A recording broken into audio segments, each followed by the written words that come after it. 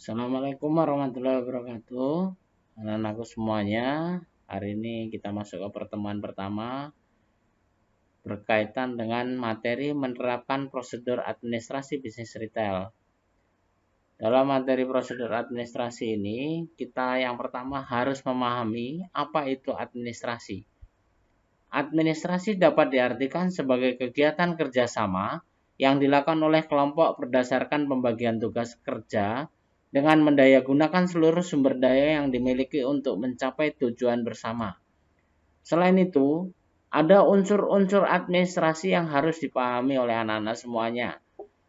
Ada 8 unsur. Yang pertama adalah unsur kepegawaian. Unsur kepegawaian ini berkaitan dengan mengatur dan mengurus ketenaga kerjaan. Yang kedua, unsur ketenaga keuangan adalah mengelola pembelanjaan. Yang ketiga, unsur pembekalan itu mengadakan dan memelihara barang. Yang keempat, unsur berorganisasian, menyusun kerangka organisasi. Yang kelima, unsur tata usaha, menghimpun, mengelola, mengirim, dan menyimpan data. Yang keenam, unsur perwakilan, menciptakan hubungan baik dengan masyarakat.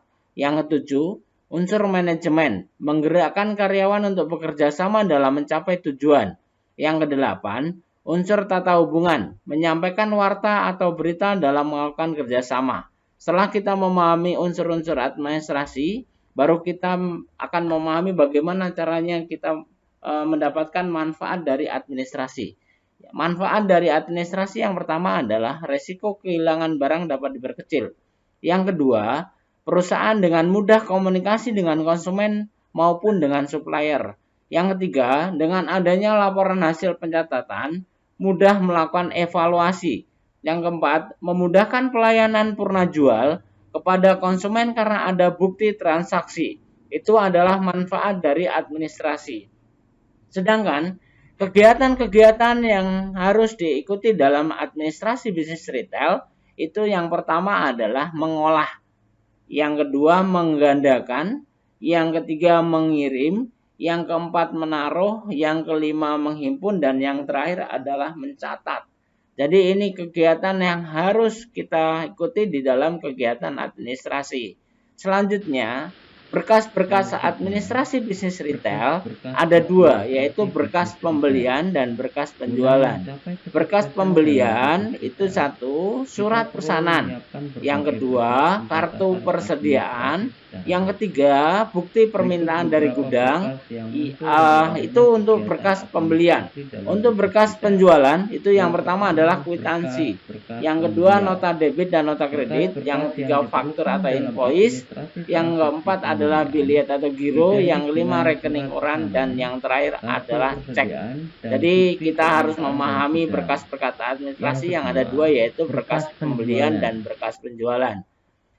Nah, anak-anak semuanya, setelah anak-anak memahami materi yang Bapak berikan, Bapak akan memberikan tugas kelompok buat kalian, yaitu membuat resume tentang perbedaan mendasar administrasi antara retail modern dan retail tradisional. Itu diambil dari sumber-sumber data, bisa diambil dari media cetak maupun elektronik yang relevan. Tulis hasilnya pada tabel berikut, yaitu hasil perbedaan prosedur administrasi baik dari administrasi retail modern maupun administrasi retail tradisional.